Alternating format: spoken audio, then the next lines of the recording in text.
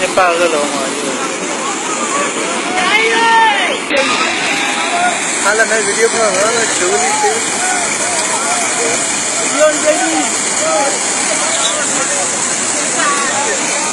ना मेरे को भी कहा साथ हो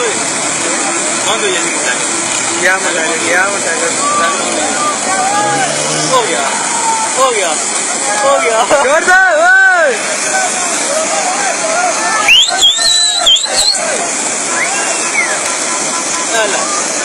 जल्दी कर छे हम आए मुताबिक बहुत बड़ी बेवकूफ़ी नहीं ढूंढना नहीं लेकर थला डलिया नहीं ढूंढना वो भी गई है।